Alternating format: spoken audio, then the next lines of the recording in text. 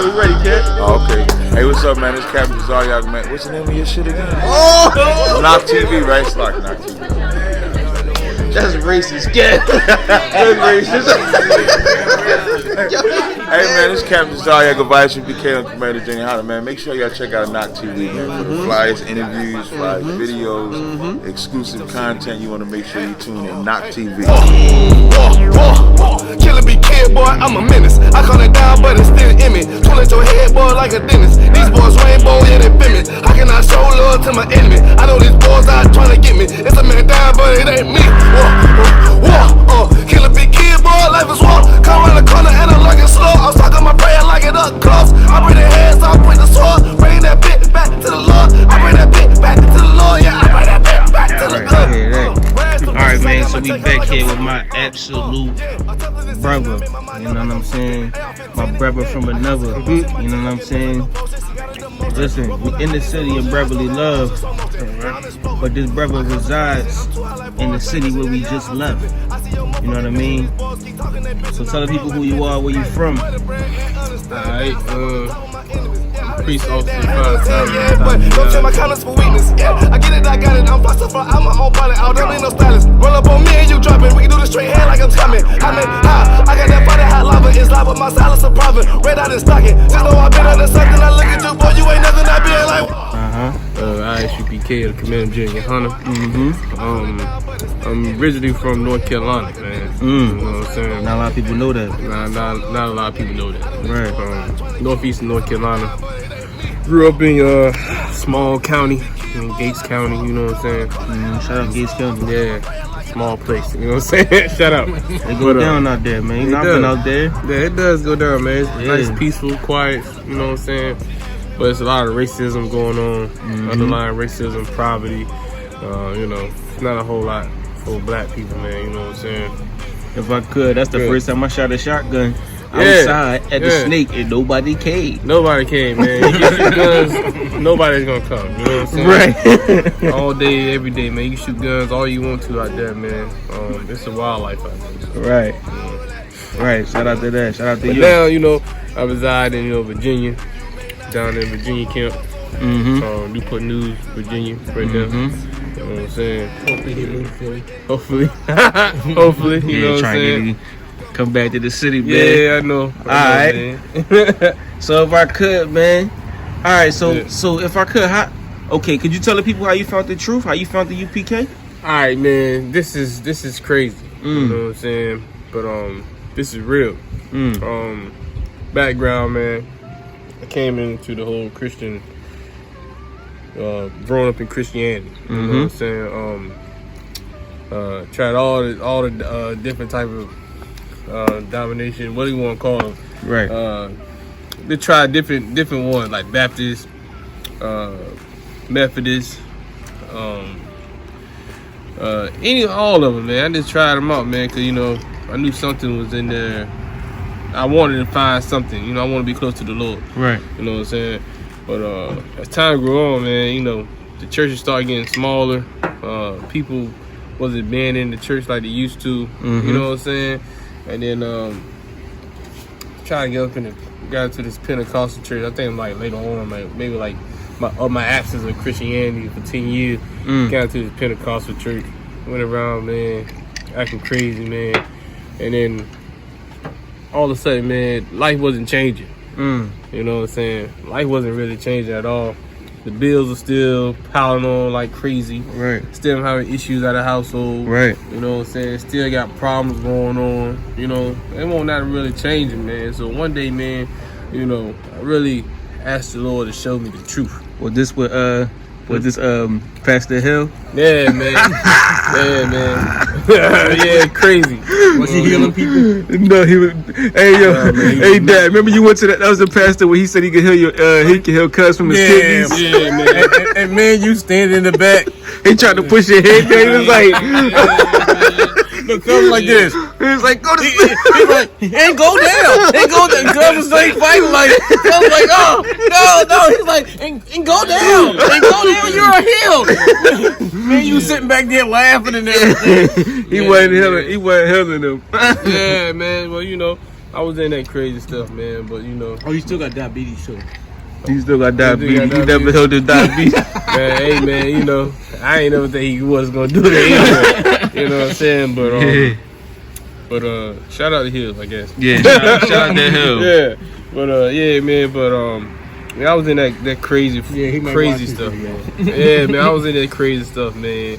And you know, one day, man, you know, got tired of it, man. I was like, man, I really asked the Lord, man, like, man, show me the truth, cause man, my real, we was reading stuff in the Bible, and then we came back and bring it up to the pastor, and then like the pastor never could break it down to us. Right. You know what I'm saying? Like, I was being at used to work at a prison. Yeah, I was gonna get into that. Yeah, I used to work at a prison. We're gonna come back to that too. Yeah, all right, no sweat. We was work at a prison, man. And we worked at the prison. I used to be in the tower. You know what I'm saying? The scoping over the top of the whole facility. And it was Bibles up there, King James version Bibles up there, and I was just reading. And I used to sneak my phone up there, you know what I'm saying? I call my wife, or I used to give a phone call out, you know, to get a phone call out, because you can out call from the tower. I used to call my wife and talk to her, and she was reading something, she just showed me something, I was reading something, and then we just communicated like that. But when we brought it back to someone, you thinking that, you know, he's supposed to know everything, right? Right. He didn't have the answers. Right. You know what I'm saying? And by him not having the answers, man, made me have doubts.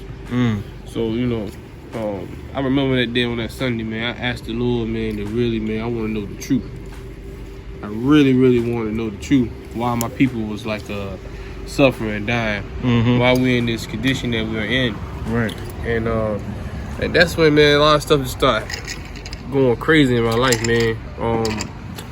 It was to the point, man, you know, I got in trouble at my job. You know what I'm saying? I shattered a windshield because I worked at a prison. Like I said, I worked at a prison. And inmate threw feces at me, man. Threw some feces at me, man. I got so angry, man. I wanted to really hurt that brother, man. So the first thing I saw was a Pepsi glass, the glass. And I shattered that joint with my hand, yo. And I remember that was it for me working at the prison. I never went back. You know what I'm saying? And then my wife, she got an offer here in Philly to work at a bank. She supposed to have been working at a bank. She supposed to have been an accountant. And she was gonna work in Philadelphia before they had that whole big shutdown and they had a whole recession that was going on. You know what I'm saying? So this was like 2012, 2000. Right. Yeah. Back then. So you know, I came here. I said, well, you know, she could be doing that. Let me go find something, start looking for something just to make some funds. So I remember I get my first slave downtown on 15th and Locust, man. At a bartending school called Nice. Bar Star. Shout out Bar Star. I actually went to that school too. Yeah, I know. I got my license from that school. Yeah, so that's the reason why y'all see Officer Nach, you know what I'm saying, making all these crazy drinks. He trying to pursue that bartending skill. Shout out Bar Star. Trying to pursue that bartending skill. You know what I'm saying? But yeah, man. So I worked there for a little bit, and it was Isupk was down there on I think it was 16th and 16th and Chestnut. Yeah. Down at Liberty Place, right? And I was passing out flyers that day, man. And I'm seeing these dudes, right? And you know, they all with the studs on, you know what I'm saying, with the garments on. And I'm seeing these dudes, cause I'm passing out flyers with this tall bitch and my brother named They kept the dreads, right? Yeah, with the dread, Neiman, right? So I'm passing out flyers, right? He said, man, these brothers are crazy, man. Yeah. They crazy. I said, man, how crazy are they, man? Let me just hear something. Cause, you know, I'm from the country, right? I'm coming from Carolina.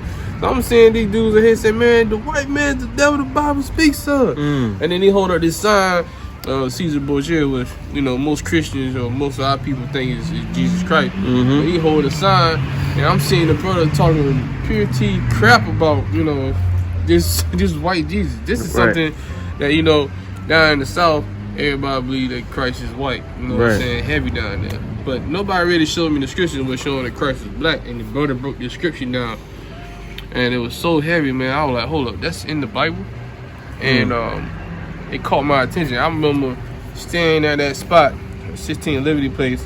I remember standing there watching the brother speak, and I sat there for about over 30 minutes, just listening to the brother speak. And the boy, I think the topic was about black.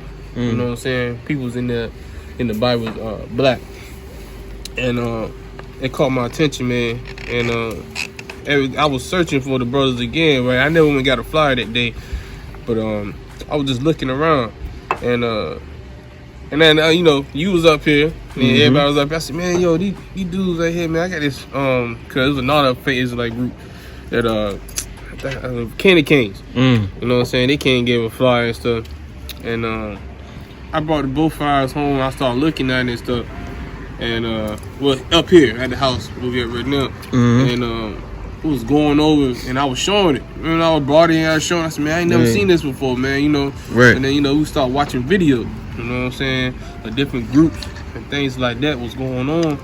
I said, man, I ain't never heard of this, nothing like this before. So, I think it was maybe 2-3 weeks later, I got on the L down at 15 in Market, and I met Captain Captain Ahmad. Big shout out to Captain Ahmad. Yeah, big shout out to Captain Ahmad, man. And I met Can you also mention the fact that, remember y'all used to teach me, you and your wife studied a lot prior to you even going there, and think about how much y'all studied and the things that Isupk was teaching you that you didn't even know. But it seemed like y'all knew a lot, but really didn't, like from a Christianity point. Right. Like, man, Jay used to tease y'all. Remember we used to go down there? But how much you learn from Isupk opposed to what you learned from the church. yeah, But man. I just want to say that because it seemed like we used to sit there and study. You used to read the Bible to us and all kinds of stuff. So you was definitely looking for the truth. Yeah, I was definitely looking for the truth, man, and I got an opportunity, man, with Isupk to really find it. So you know, like I said, Captain Ahmad, he came in there, man. This is way before y'all, man. You know, Captain Ahmad, how Captain Ahmad look right now. Yeah, he was a trooper. You know, back Captain then. Ahmad was a trooper. I'm talking about he had the big backpack on, all black. Oh, shout out to Captain Ahmad. Man, he had the backpack on, man. I'm talking about the big backpack with the books on it. Yeah, look like he had some bodies in there. Yo, man, look like he had bodies, little trolls and everything. But he had it. He had that book bag, man. I mean, it's all black with his war scarf on, man. And I used to talk to him. I used to meet up with that brother at the same time. You know what I'm saying? Around about 5:30. He was heading down there 5:30. Yeah, 5:30. He was heading down there to 69th Street. You know what I'm saying? And that brother would talk to me about the scriptures.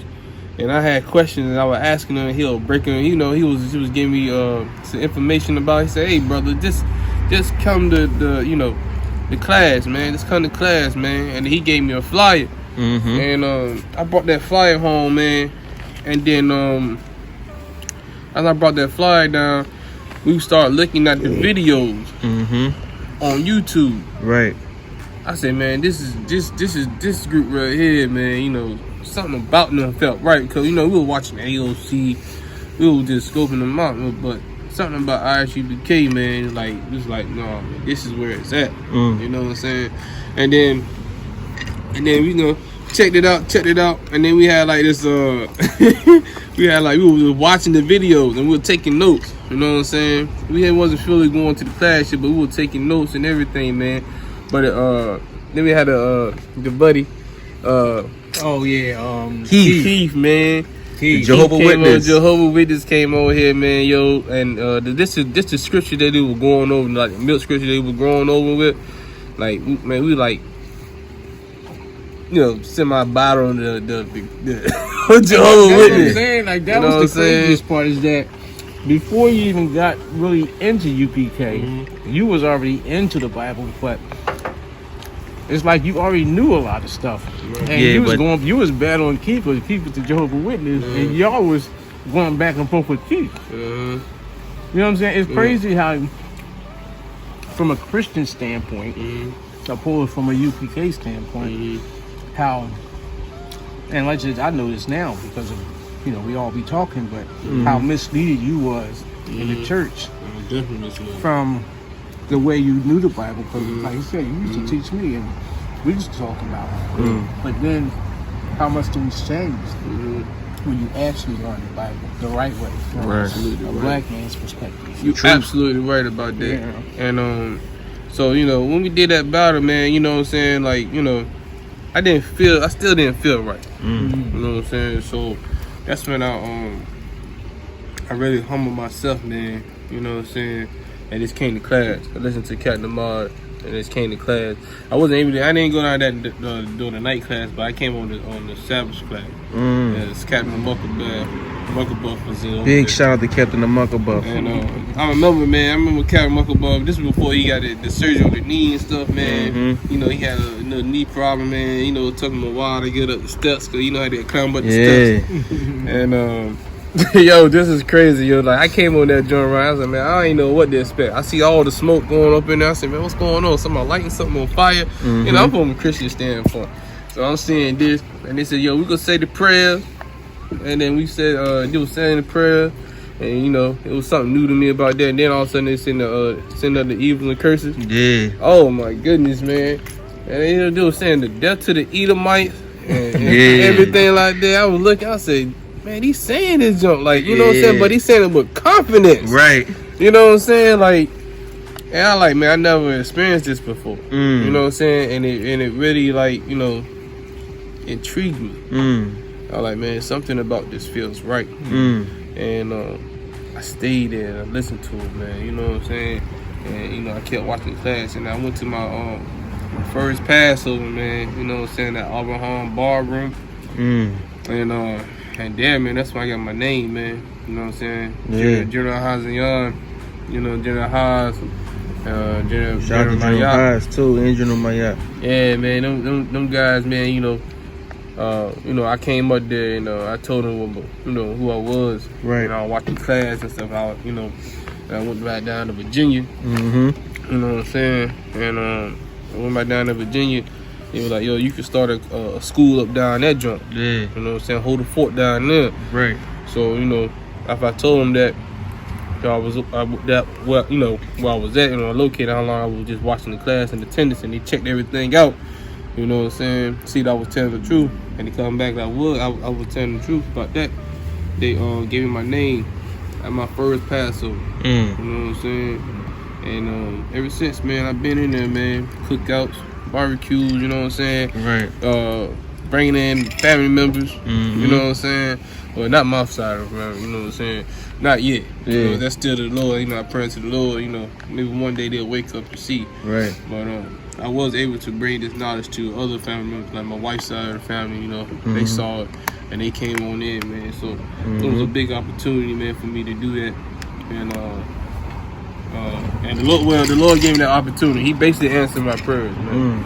He basically answered what I was really seeking for, the truth, man. And he gave me the reason why, man, you know, why people going through what we're going through, and our struggles, and you know, baby. Yeah. Yeah, he gave me plenty of babies. You know what I'm saying? Yeah, you know what I'm saying? But it was worth it though, man. It was worth it, man. And I gave up a lot, man. But you know, I'll do the same thing again, man, if I had to. You know what I'm saying? Now that's heavy. Now, okay.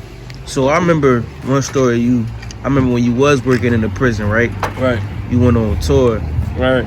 Down south or whatever. Yeah, Mississippi. Yeah, Mississippi. Yeah. You know what I mean? Now, okay, could you explain what it's like going to work every day, but it's feeling like you going to where people spend the rest of their lives at? And could you also explain your tour down south? I remember you told me some crazy stuff. Oh, man, yo. We lived that, man, was like crazy. Yeah. But for real, man, when I went down there and did my tour, well, people don't know, man, I used to work at a correctional prison. And I did it for like almost 8 years, right? Is it a state joint or federal joint? It was a federal. Federal it was federal. You know what I'm saying? I did the prison system for 8 years. You know what I'm saying?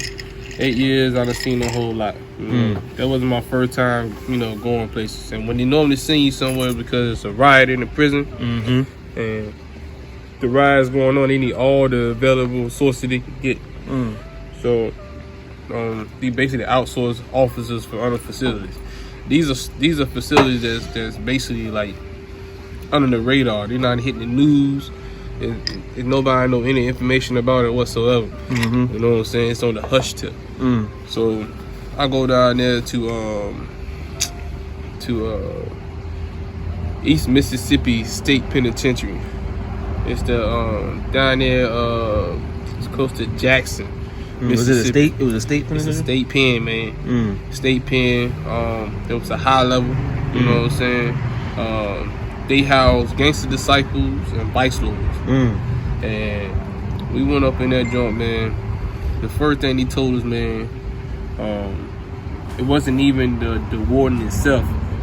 It was people outside who were watching the facility from the government or the state. They said, man, listen, it's a lot of people who was on a payroll for the gangster disciples, and even including the warden. Everybody's being watched. So I need for y'all to make sure that y'all look out for each other.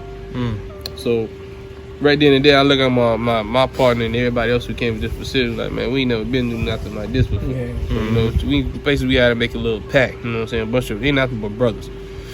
We had to make a pact, man. They said, man, we gonna look out for each other, right? So, you know, There's a lot of white guards there. nah, man, these brothers. Mississippi, like the blackest state in America. Yeah. But these brothers came from like Virginia, not a facility from Virginia. They came from Georgia. No, I'm saying not the ones who came with you. I'm saying the ones that's already there. Oh, the ones already there, a lot of them was black. Okay. They, a lot of times they put the prisons inside like low-stricken poverty areas. Okay. So they get paid the lowest amount of money. You know what I'm saying? And most of them guards was only making like $8 an hour. $8 an hour, you risking your life down there in Mississippi. $8 an hour. $8 an hour. And here I am coming down there, you know, I'm doing like 25. You know what I'm saying? And then they doing $8 an hour. You know what I'm saying? Which is low. I'm getting per diem and all this other stuff. So, you know, they feel some type of way. So when you got inmates to come in there that's able to give you $1,000 or $2,000, you sneak in 2 or 3 phones. What you gonna do? Yeah. You know, $8, man. But anyway, man, went up in that joint. Every day, man, had to wear a vest, stab vest. You had to put that joint on, man. Make sure you had to put it on. It was Kevlar, man. You had to make sure you wore that vest. Make sure it's tight. You know what I'm saying? First day we get there, we had to go straight to a housing unit, man. They was setting stuff on fire. You know what I'm saying? On fire. I'm talking about pillowcases on fire. They was setting the actual mattress on fire. They had a cell on fire. I mean, it was just crazy, man. Smoke all in there. You gonna have to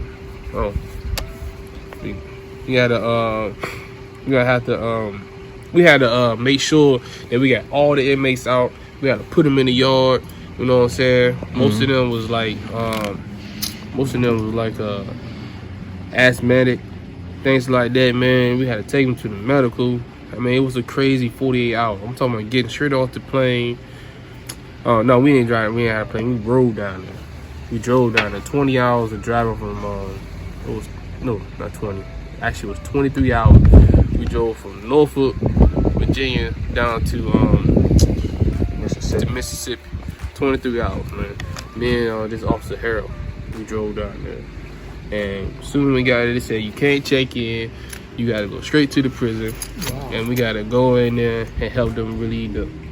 So after we did the 23-hour trip, we went in there, got our stuff, went inside there, did another 16 hours inside that junk before we went to check in our hotel. To only come back in, about 4 or 5 hours later to come in and do the first shift. So we had to get our assignments. I remember you told me a story about some brother where I guess he tried to commit suicide or something like that. Oh yeah, he actually did commit suicide, yo. That was a different one. That was down in Texas, man. I went out of Texas, man. That dude, it was Hispanic brother, man. Psych ward, man. And a lot of these brothers, man, they really messed up, man. Right. And you know, I knew something wasn't right. Right. Especially back then, man. I was like, man, this ain't right, man. Like, Right. you gotta come in and do your job, telling a grown man you can only get this amount of food.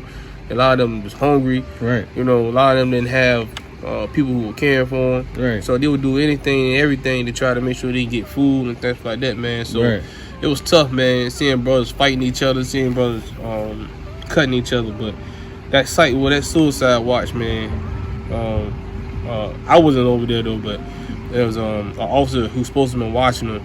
But I heard, they don't know how true it was, but I heard that the officer was like, man, just go ahead and do it.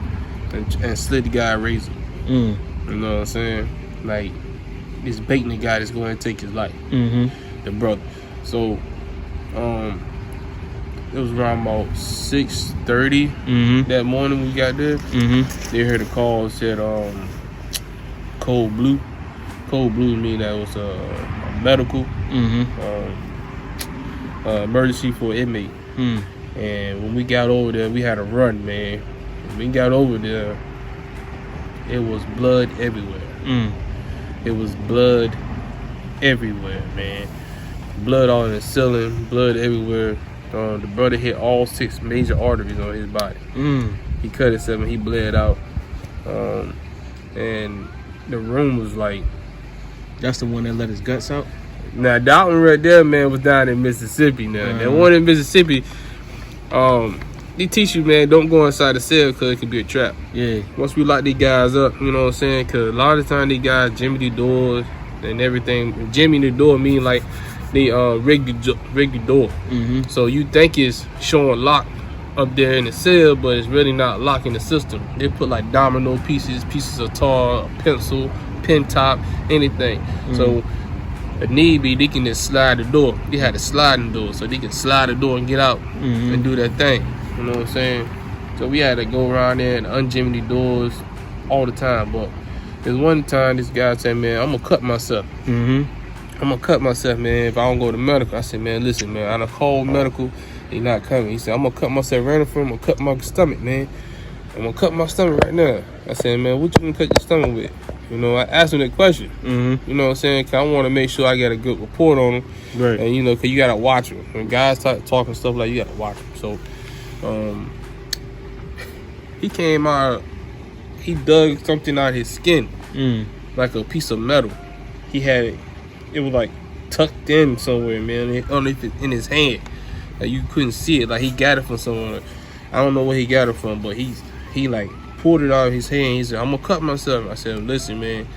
So I had to call the code in, man. He said, nah, man, too late. I'm gonna cut myself. I'm going out to medical. The dude literally cut himself across his stomach, well, downward his stomach, and his whole like his stomach and guts was about to, it popped out a little bit, bulged out. He said, man, you gotta have to take me there. I'm like, bro, you gotta sit there until somebody come get you, cause I'm not opening the cell, man. And it took him at least 30 minutes to get over there to him.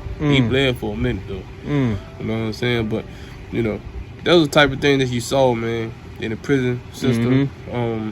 But I seen one dude gangster. I seen a lot of black on black crime in the prison system, man. Brother was stabbing each other, gangster disciple.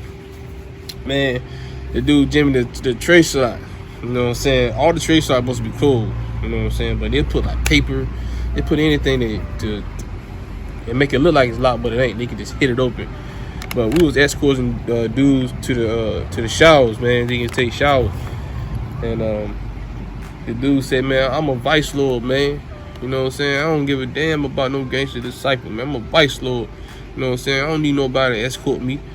You know what I'm saying? And when he said that, man, he tugged away from the officer who was watching, you know, that was escorting him to the showers. And he had his hands like this in the back.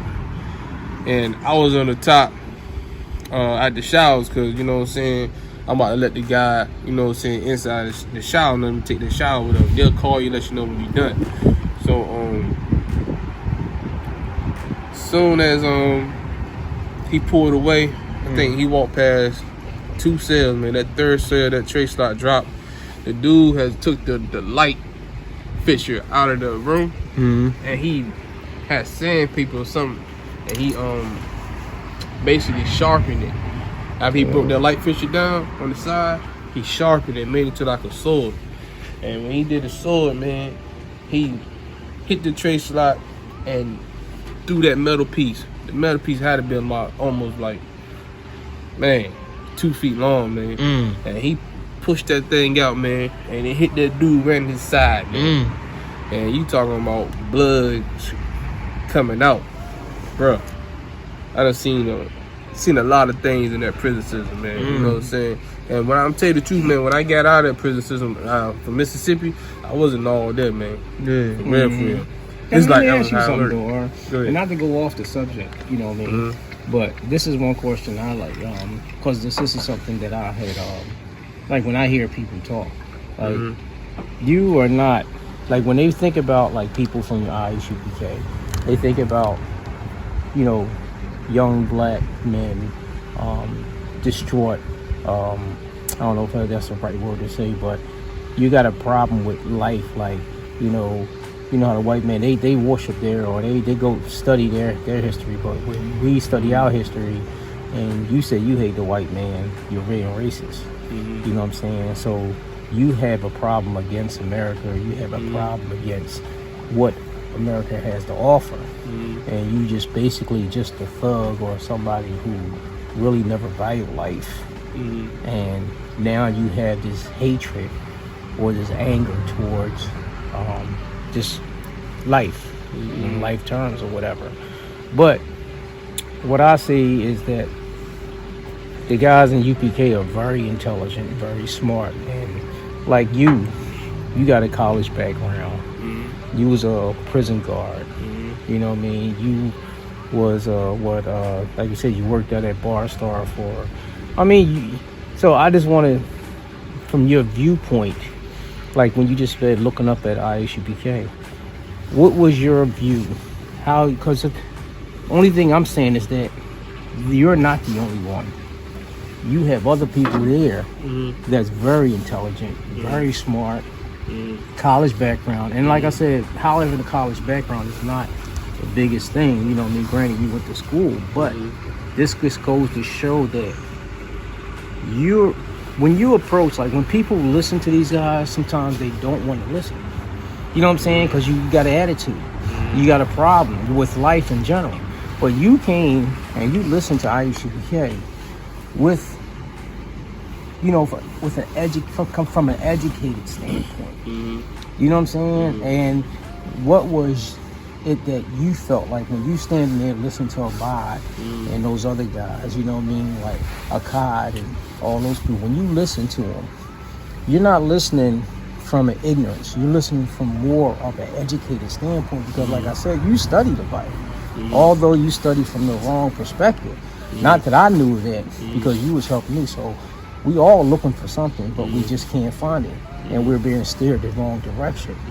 But when you started listening to Isupk, what was your, like, you know what I mean, in a sense, like when you listening to these guys, when those thoughts go through your mind, what was you thinking in that sense? Like, you know what I mean? You got my point? Like, you're not saying... I got you. I got what you're saying, man. Basically, like, you trying to say, man, what made me basically, like,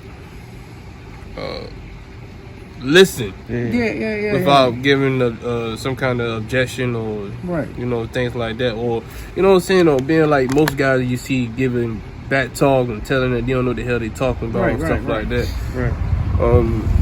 Basically, man, what I had to do, man, and this is basically, when I heard that first scripture about Christ being black, I knew that I didn't know shit.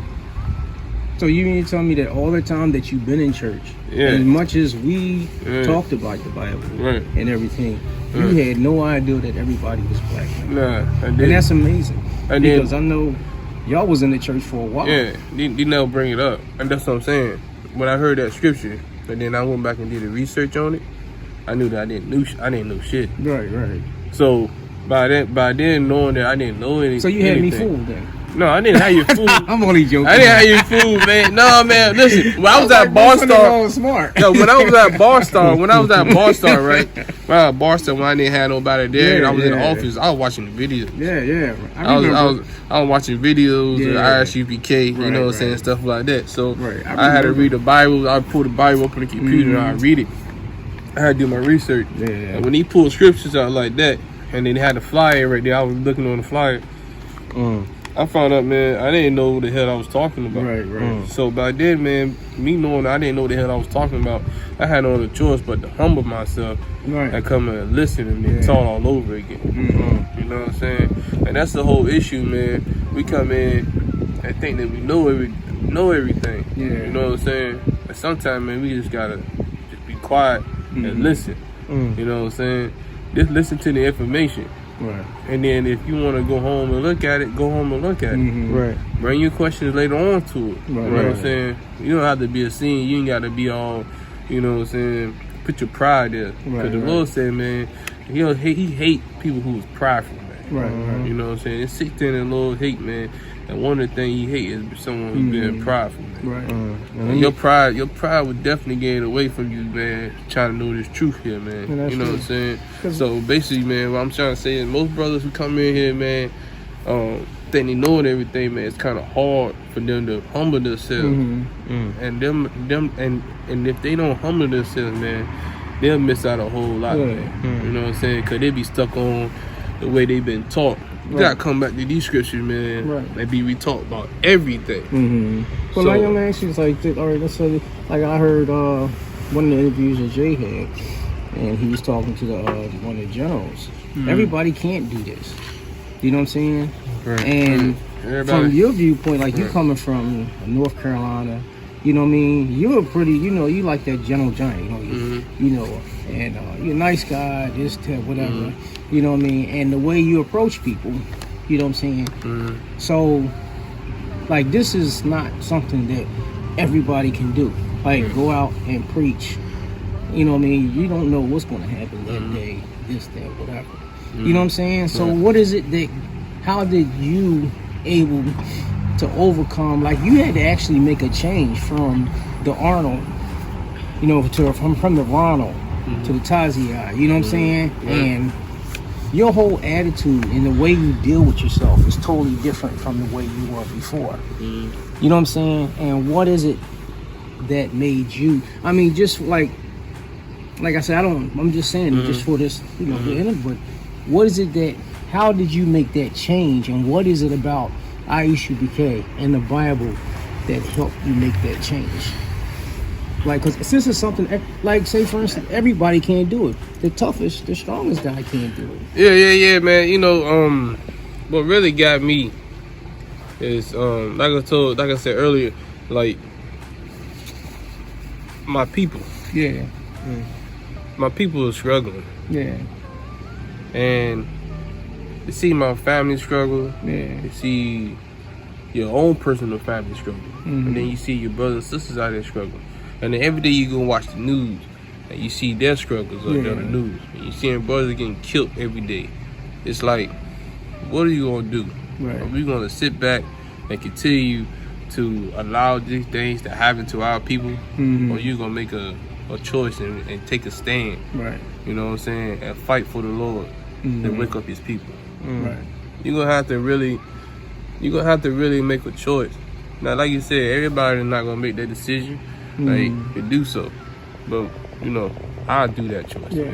I took that choice. You know what I'm saying? I made a decision because I knew that the Lord needed the Lord wanted us to, you know what I'm saying, to wake the people up, man. He want His people to wake up, and I took the choice to go ahead and wake my people up, man. And when I heard brothers out there doing this right here, risking their lives and things like that, why not join the army, man? Why not join brothers, man, who doing the work of the Lord? And hell, man. And I seen that right there, how they was doing it. It was righteous.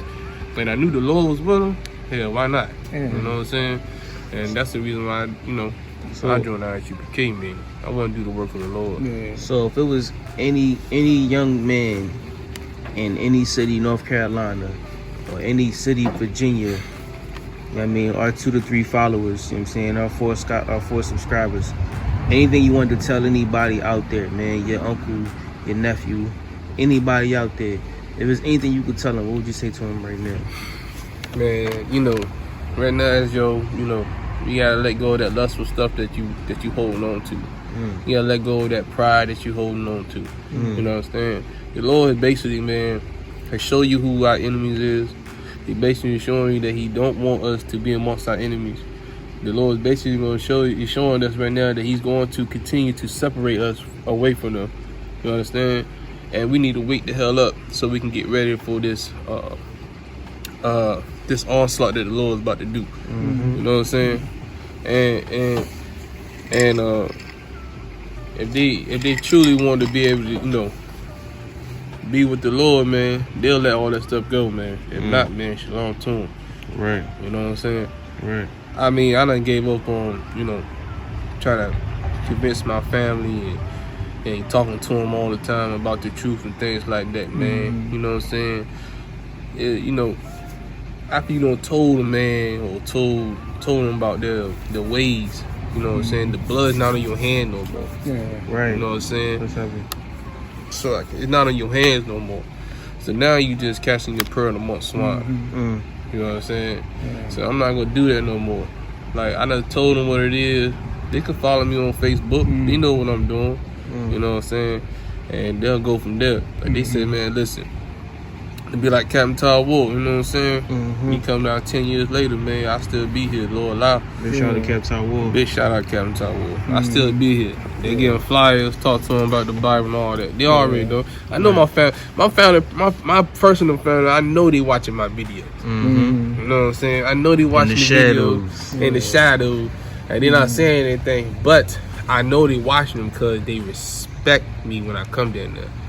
They don't cook certain things around me. Like, they have to do studying about it. I'm not telling them. Right. You know what I'm saying? They can ask me, say, ain't y'all Passover? Like, my sister came and told me, like, the other day, like, ain't your Passover coming up pretty soon? Ain't y'all going to New York? I don't talk to my sister about Passover. You know what I'm saying? So that means what? She been watching me. She been watching videos. You know what I'm saying? So she trying to make that change. Because that's one thing, it appeared that y'all was pretty close. Yeah, we still prior close. Prior to, like, I'm saying, I understand y'all still close. But, like I have to say, when you and Siobhan got involved in the school, and when Jay got involved in the school, you know what I mean? I care. So obviously I care about what y'all do and what you're involved in. So how is it that your mom and your dad can be so close? I remember how you used to talk about it all the time. How is it that it feels like to not have them listen? Oh man,